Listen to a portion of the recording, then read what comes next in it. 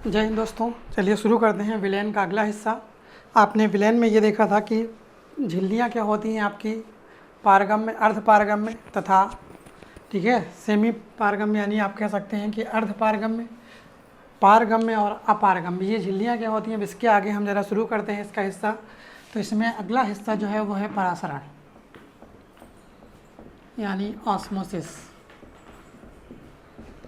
तो देखिए परासरण क्या है, ये एक अर्ध पारगम्य झिल्ली से जुड़ी हुई एक घटना है कि हमने क्या किया, मान लीजिए ये आपका एक अर्ध पारगम्य झिल्ली लगा दी, ये आपका एक पात्र रखा कोई हमने, इसमें एक अर्ध पारगम्य झिल्ली लगा दी। ठीक है, क्या लगा दिया हमने, इसमें एक अर्ध पारगम्य झिल्ली लगा दी। अब परासरण की क्रिया में ये कहा जाता है कि अगर अर्ध पारगम्य झिल्ली है, कोई अर्ध पारगम्य झिल्ली से होकर इधर मान लीजिए कम सांद्रता का विलयन है,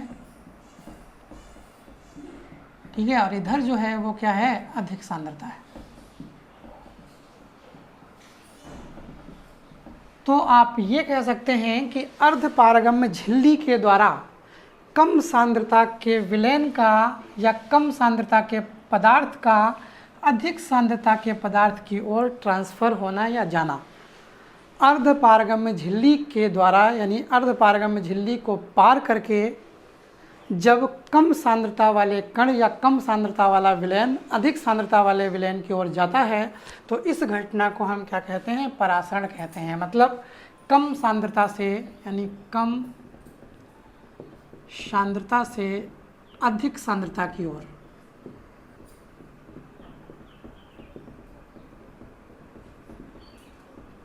जो आपका सिंपल सा परासरण है उसका रूल है कि कम सांद्रता से ट्रांसफ़र होना है किधर की तरफ, अधिक सांद्रता की तरफ। अब परासरण कितने तरह का होता है, तो परासरण दो तरह का होता है।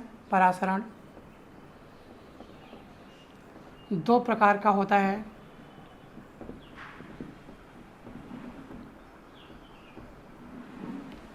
एक आपका होता है अंतः परासरण,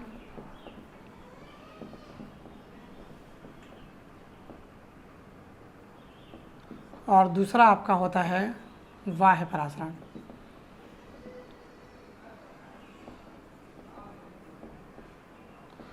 अब देखिए इसके लिए हम आपको एग्जांपल्स देते हैं दो। आप क्या करिए, अंगूर ले लीजिए। मान लीजिए आपने ये एक गिलास लिया, इसमें कुछ अंगूर के दाने डाल दिए छोटे छोटे। अब क्या कर दिया, इनको हमें चेक करना है। अब अगर अंगूर के दाने आपने डाल दिए, यदि इस विलयन में, ये जो विलयन है आपका, ये जो पात्र है, अगर आपने इस पात्र में क्या कर दिया, नमक या चीनी का घोल मिला दिया, ठीक है। देखिए अंतः और बाह्य हम आपको एक साथ समझा दे रहे हैं, ये आपके दो हैं। एक में आपने क्या लिया है, अंगूर ले लिए हैं, ठीक है, और ये जो पानी है, यानी इसमें जो सॉल्यूशन है वो क्या है, गाढ़ा है, ठीक है, यानी चीनी या नमक का घोल है। यहाँ पर आपने क्या ले लिए हैं, किशमिश ले लिए हैं कुछ इस तरह से, और जो इसमें सॉल्यूशन लिया है वो सिर्फ क्या है, पानी है। ये दो आपकी घटनाएं हैं कि आपने दो एग्जांपल्स लिए। अब दोनों में क्या किया, एक में आपने देखा कि अंगूर डाले और अंगूर के साथ साथ जो आपने विलयन डाला है वो क्या डाला है, या तो नमक का घोल डाला है और या फिर चीनी का घोल डाला है। तो अब होगा क्या, थोड़ी देर जब ये पड़े रहेंगे तो जो अंगूर हैं वो पिचक जाएंगे। अंगूर जो आपके हैं वो थोड़े पिचक जाएंगे। क्यों? क्योंकि उनके अंदर का जो रस है, जो अंगूर के अंदर का जो रस है वो कहाँ निकल जाएगा, विलयन में निकल जाएगा। जो आपका ये विलयन होगा या गाढ़ा सॉल्यूशन होगा उसमें निकल जाएगा। क्यों? क्योंकि रूल आपका लगता है हमेशा परासरण में कि कम सांद्रता से किधर जाना है, अधिक सांद्रता की ओर जाना है। तो जो इसके अंदर की सांद्रता है वो क्या है, कम है, और बाहर गाढ़ा सॉल्यूशन है तो बाहर की सांद्रता ज़्यादा है। तो इसका मतलब है कि अंदर से, यानी अंगूर के अंदर से जो इसका रस होगा वो कहाँ निकल आएगा, बाहर विलयन में निकल आएगा, और अंगूर क्या हो जाएंगे, पिचक जाएंगे, यानी आपके सिकुड़ जाएंगे। तो ये घटना क्या कहलाती है, बाह्य परासरण कहलाती है, क्योंकि इसमें अंगूर के अंदर से कोई पार्टिकल बाहर आ रहा है, इसलिए इसको हम क्या कहते हैं, बाह्य परासरण कहते हैं। इसी तरह से यहाँ पर देखते हैं, जब हमने क्या किया है, यहाँ पर इस वाले हिस्से में हमने किशमिश लिए थे। अब अगर हमने किशमिश लिए हैं और किशमिश को हमने क्या कर दिया है, पानी में डाल दिया है, तो जब हम किशमिश को पानी में डालेंगे तो किशमिश के अंदर क्या है, गाढ़ा सॉल्यूशन है, और बाहर क्या है, पानी है, यानी पतला सॉल्यूशन है। तो वही है, पदार्थ किधर से किधर भागता है, कम सांद्रता से अधिक सांद्रता की ओर। इसके अंदर सांद्रता ज़्यादा है,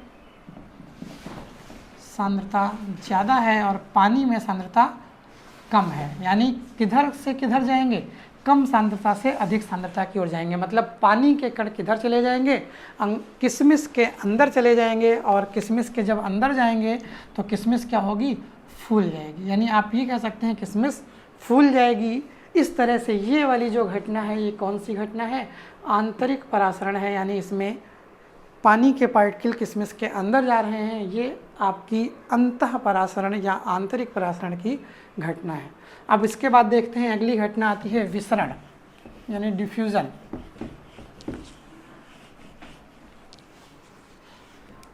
ऑस्मोसिस के बाद अगली घटना है आपकी विसरण, मतलब डिफ्यूज़न। अब देखिए इसमें क्या होता है, जैसे परासरण में आपने देखना कि उसमें अर्धपारगम्य झिल्ली का होना आवश्यक होता है, यानी अर्धपारगम्य झिल्ली के द्वारा ही कम सांद्रता के अधिक सांद्रता की ओर जाते हैं। जबकि विसरण में ऐसा कोई रूल नहीं है। विसरण में किसी भी तरफ से किसी भी तरफ को पार्टिकल्स जा सकते हैं, यानी आप ये कह सकते हैं इसमें अर्धपारगम्य झिल्ली की आवश्यकता ही नहीं है। बिना अर्धपारगम्य झिल्ली के जो पदार्थ आपके होते हैं वो अपोजिट सांद्रता की तरफ भागते हैं। कम सांद्रता वाले अधिक सांद्रता की तरफ भागेंगे, अधिक सांद्रता वाले किधर भागेंगे, कम सांद्रता की तरफ भागेंगे। और विसरण की प्रक्रिया तब तक चलती रहेगी जब तक पूरे के पूरे विलेन की सांद्रता समान नहीं हो जाएगी। इस तरह से हम ये कह सकते हैं कि जो परासरण है उसमें अर्धपारगम्य झिल्ली का होना आवश्यक है, विसरण में अर्धपारगम्य झिल्ली का होना आवश्यक नहीं है। ठीक है, विसरण आपका ठीक है किसी भी दिशा में चल सकता है, यानी इधर से इधर भी चल सकता है और इधर से इधर भी चल सकता है। मतलब विसरण एक बाई डायरेक्शनल प्रोसेस है, यानी आप कह सकते हैं द्विविमीय, ठीक है, या द्विदिशीय प्रक्रिया है। जबकि परासरण एक दिशीय प्रक्रिया है। परासरण कैसी प्रक्रिया है आपकी, एक दिशीय, यानी यूनी डायरेक्शनल। मतलब उसमें फिक्स है, कम से किधर जाएंगे, अधिक की ओर ही जाएंगे, यानी एक ही डायरेक्शन है, इसमें फिक्स है।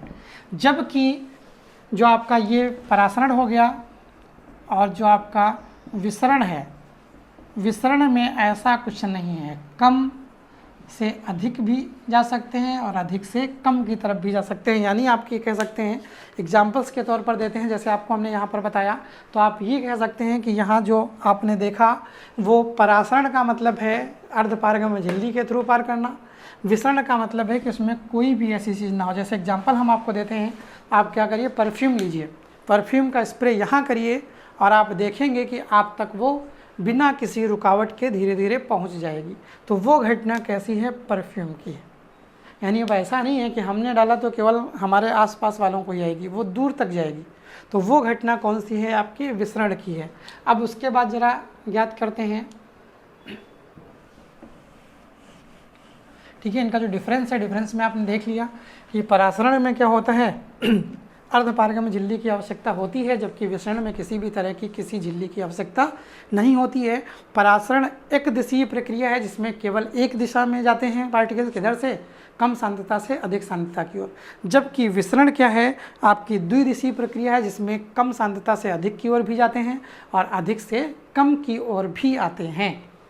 ठीक है, और आप ये कह सकते हैं कि विसरण की प्रक्रिया फिक्स है कि उसमें क्या होगा, जब आप देखेंगे कि माध्यम में दो अलग अलग तरह के माध्यम होने चाहिए, कम सांद्रता का और एक अधिक सांद्रता का। जबकि आपका विसरण में ऐसी कोई नेसेसिटी आप ये कह सकते हैं, ऐसी कोई कंडीशन नहीं है कि चाहे जैसा माध्यम हो, चाहे जो भी हो, विसरण की प्रक्रिया आपकी हो जाएगी। फिर उसके बाद है परासरण दाब, यानी ऑस्मोटिक प्रेशर।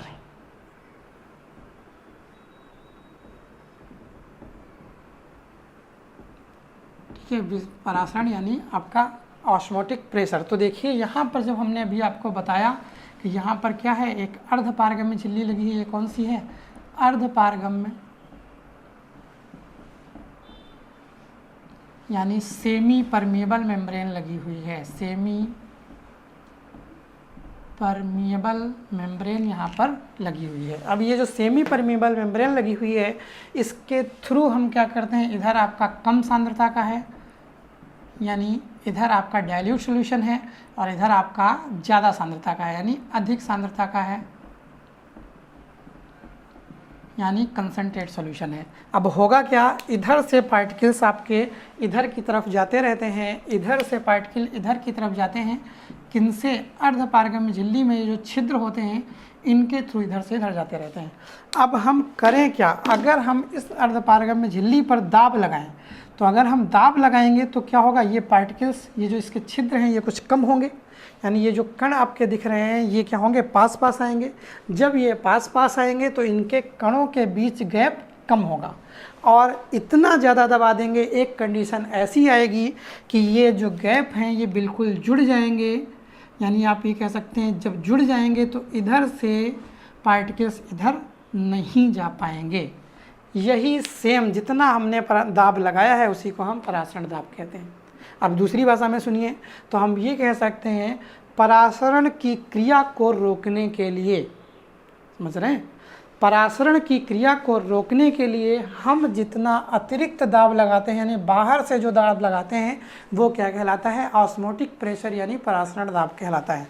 इधर से इधर जा रहे होंगे पार्टिकल, इसको हमें रोकना है। तो रोक हम कैसे सकते हैं, यही तो रोक सकते हैं कि हम इस पर दाब लगाएं तो इसके कण क्या हो जाएं, पास पास आ जाएं। अगर कण पास पास आएंगे तो ये झिल्ली जो आपकी है अर्धपारगम्य झिल्ली या सेमी परमेबल मेम्ब्रेन, इसके जो गैप होंगे वो क्या हो जाएंगे, बंद हो जाएंगे, और इधर से इधर कोई भी सॉल्यूशन, कोई भी पार्टिकल आपका नहीं जाएगा। तो इस तरह से हम ये कह सकते हैं कि वह दाब, वह न्यूनतम दाब जो परासरण की क्रिया को रोक दे क्या कहलाता है, आपका परासरण दाब कहलाता है। अब उसके बाद आते हैं, एक प्रोसेस होता है वर्कले हार्टले विधि, यानी परासरण दाब ज्ञात करने की वर्कले हार्टले विधि।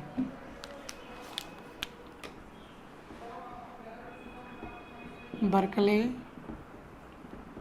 हार्टले विधि, ठीक है। ये जो है वर्कले हार्टले विधि, इसमें होता क्या है, देखिए एक ये आपका इस तरह का एक चैम्बर होता है, ठीक है। इसमें आपने ये देखा, ये आपका इस तरह का चैम्बर है,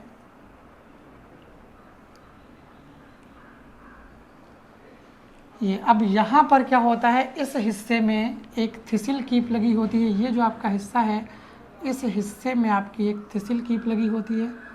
यहाँ पर आपकी एक नॉब लगी रहती है जिसकी सहायता से हम क्या कर सकते हैं, ये जो है जिसकी सहायता से हम क्या कर सकते हैं, इसका, ठीक है, जो पानी है उसके फ्लो को हम कंट्रोल कर सकते हैं, घटा बढ़ा सकते हैं। यहाँ पर एक केस नली लगी होती है, इस वाले हिस्से में क्या लगी होती है, एक केस नली लगी होती है।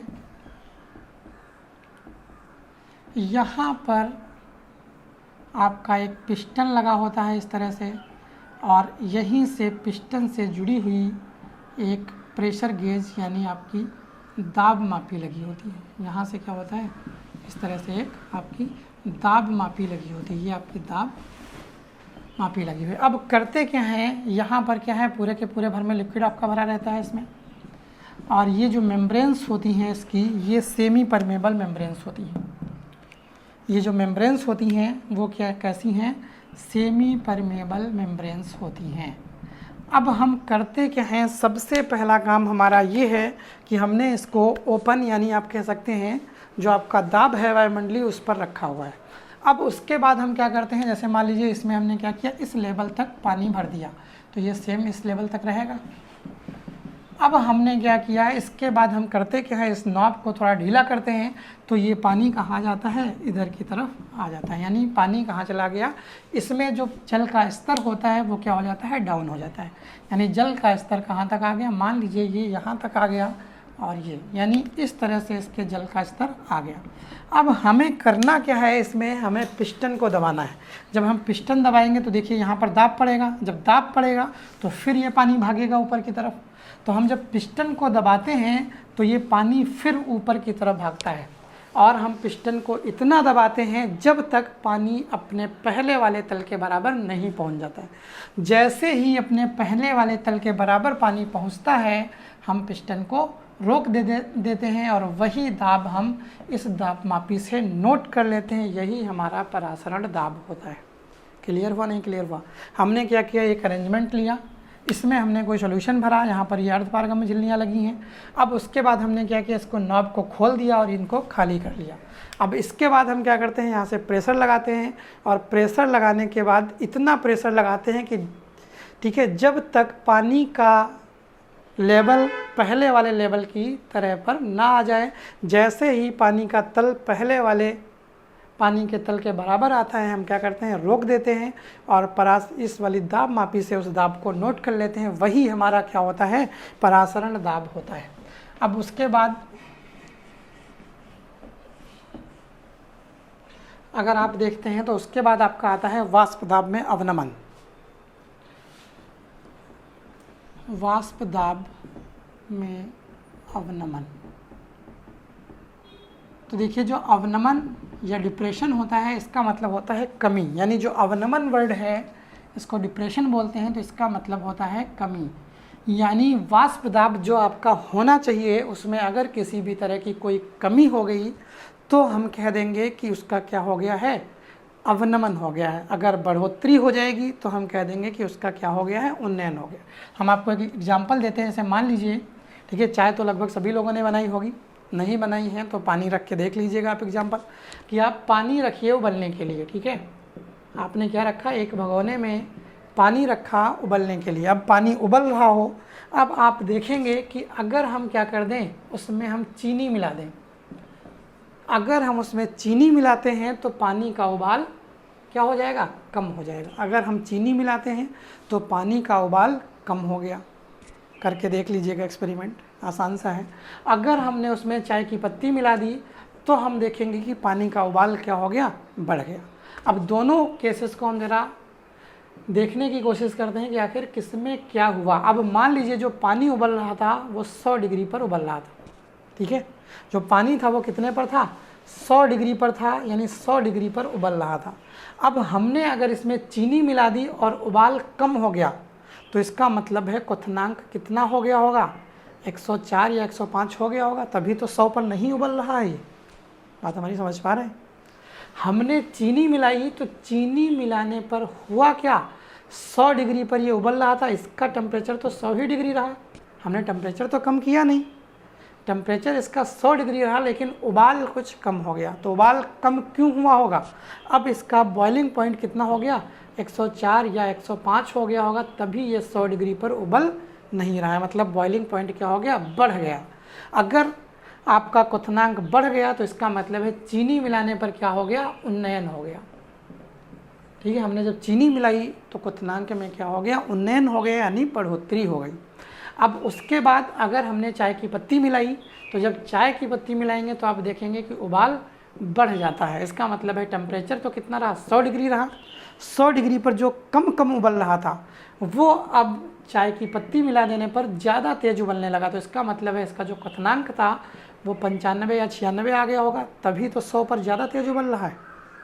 तो इस वाली चीज़ को, यानी यहाँ पर कितना था 100, चाय की पत्ती ने कर कितना दिया, 95 या 96, मतलब घटा दिया। तो इसका मतलब है यहाँ पर क्या हो गया, अवनमन हो गया आपका। ये क्या हो गया, अवनमन हो गया, और ये आपका क्या हो गया, उन्नयन हो गया। क्लियर हुआ नहीं क्लियर हुआ? यानी वाष्प दाब में कमी, यानी कोई भी ऐसा पदार्थ जो वाष्प दाब को घटा दे क्या कहलाएगा, अवनमन कहलाएगा। जो उसको बढ़ा दे वो क्या कहलाएगा, उन्नयन कहलाएगा। अब मान लीजिए, ठीक है, यहाँ पर हमको क्या करना है, अवनमन पढ़ना है। माना शुद्ध विलायक जो हमने लिया है, शुद्ध विलायक का दाब या वाष्प दाब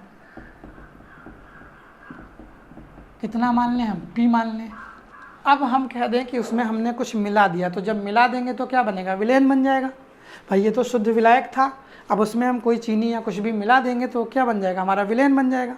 मतलब अगर हम कुछ मिला देंगे, यानी हम कह दें कि विलयन का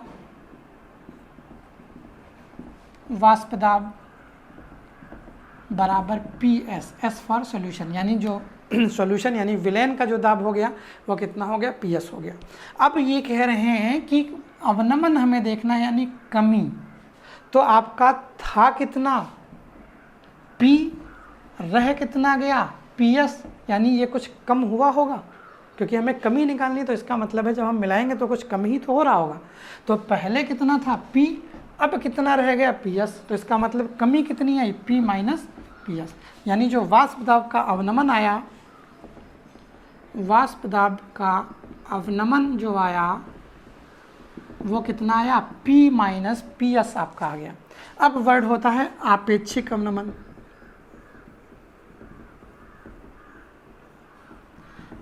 यानी रिलेटिव डिप्रेशन, ठीक है, डिप्रेशन। तो आपेक्षिक यानी किसी के सापेक्ष का मतलब क्या होता है, जैसे आपसे कहा गया कि आप 15 नंबर पाए, तो 15 नंबर पाए कितने में पाए, किसके सापेक्ष, 20 के सापेक्ष, तो जो टोटल होता है उसको कहाँ रखा जाता है, नीचे, यानी 15/20। तो आप ये कह सकते हैं इसका मतलब है आप 20 में से कितने नंबर पाए हैं, 15 नंबर पाए हैं, यानी आपेक्षिक आपके कितने हैं, 15 हैं।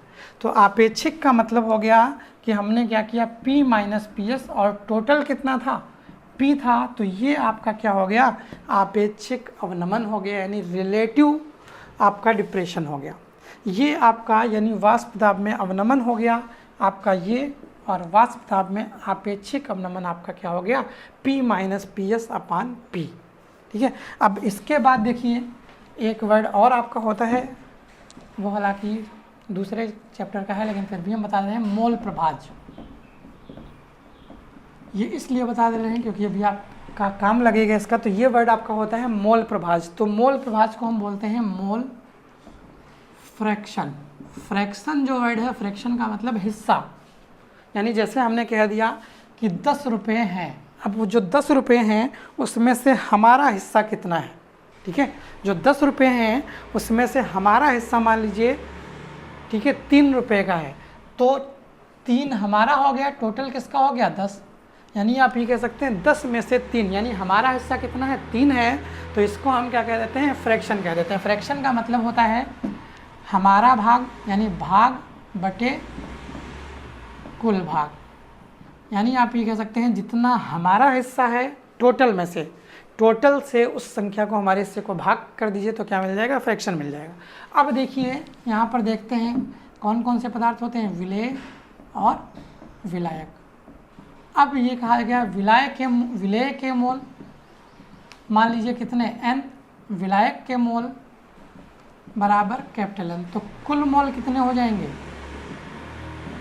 तो जो कुल मोल आपके होंगे वो कितने हो जाएंगे, n+n, यानी आप ये कह सकते हैं जो यहाँ पर कुल मोल आएंगे वो ये आ गए। अब अगर हमें मोल प्रभाज चाहिए तो विलेय के मोल प्रभाज बराबर स्मॉल n अपान n+n, और विलायक के मोल प्रभाज कितने आएंगे आपके, n अपान n+n, यानी ये आपके विलेय और विलायक के मोल प्रभाज आ गए। अब बात करते हैं, आता है आपका राउल्ट का नियम, बहुत ज़्यादा इम्पॉर्टेंट है आपका बोर्ड के हिसाब से कि आना ही आना है। मान लीजिए सॉल्यूशन में आपका राउल्ट का नियम सबसे ज़्यादा इम्पॉर्टेंट है, आएगा ही आएगा। तो राउल्ट का नियम, अब देखिए ये हमने 2 चीज़ें आपको बताई हैं, बस इन्हीं 2 को रिलेट कर देना है। राउल्ट का नियम जो है वो ये कहता है कि वाष्प दाब में आपेक्षिक अवनमन, वाष्प दाब में क्या, आपेक्षिक अवनमन, ठीक है, किसके बराबर होता है, विलेय के मोल प्रभाजों के बराबर होता है, ठीक है, किसके बराबर है, विलेय के मोल प्रभाजों के बराबर है, मतलब P माइनस पी एस अपान P बराबर स्मॉल n अपान n प्लस कैपिटल N, यानी ये जो आपका है ये क्या हो गया, राउल्ट का नियम हो गया, जिसमें P माइनस पी एस क्या है, अवनमन है, P माइनस पी एस अपान P क्या है, आपेक्षिक अवनमन है, n अपान n प्लस n क्या है, आपका विलेय के मोल प्रभाज है। यानी राउल्ट का नियम फिर से एक बार बोल दे रहे हैं कि किसी भी विलयन के लिए वाष्प दाब में आपेक्षिक अवनमन P माइनस पी एस अपान P, विलेय के मोल प्रभाज n अपान small n plus capital N के बराबर होता है, इसको हम क्या कहते हैं, राउल्ट का नियम कहते हैं। अब ठीक है, तनु के लिए जो आपका ये तो सिंपल सा राउल्ट का नियम हो गया। अब तनु विलयनों के लिए तनु आपको बता चुके हैं, यानी अनंत तनुता की अगर हम बात करते हैं तो तनु का मतलब होता है कि जिसमें विलेय बहुत कम हो और विलायक बहुत ज़्यादा हो। तो इसका मतलब है तनु के लिए या अनंत तनुता के लिए n बराबर 0 या n क्या होगा, नगण्य होगा। किसकी तुलना में, कैपिटल N की तुलना में स्मॉल n बराबर 0। तो यहाँ पर रख दीजिए, तो p माइनस पी एस अपान p बराबर स्मॉल n अपान कैपिटल N। ये आपका क्या आता है, तनु विलयनों के लिए आपका आता है, जिसको ओस्टवाल्ड का नियम भी हम कह सकते हैं। ठीक है, ये आपका इतना हो गया। अब उसके बाद आते हैं आदर्श विलयन और अनादर्श विलयन, यानी आइडियल सॉल्यूशंस और non ideal solutions. Ideal solutions या आदर्श विलयन क्या होते हैं, ऐसे विलयन जो राउल्ट के नियम का पूर्णतया पालन करते हैं, क्या कहलाते हैं, आदर्श विलयन कहलाते हैं, यानी आइडियल सॉल्यूशन कहलाते हैं। और ऐसे विलयन जो राउल्ट के नियम का पूर्णतया पालन नहीं करते हैं, क्या कहलाते हैं, आपके अनआदर्श विलयन कहलाते हैं, यानी नॉन आइडियल सॉल्यूशंस कहलाते हैं। ठीक है, चलिए अब इसके आगे डिटेल में आपको कल देखेंगे। तब तक के लिए जय हिंद।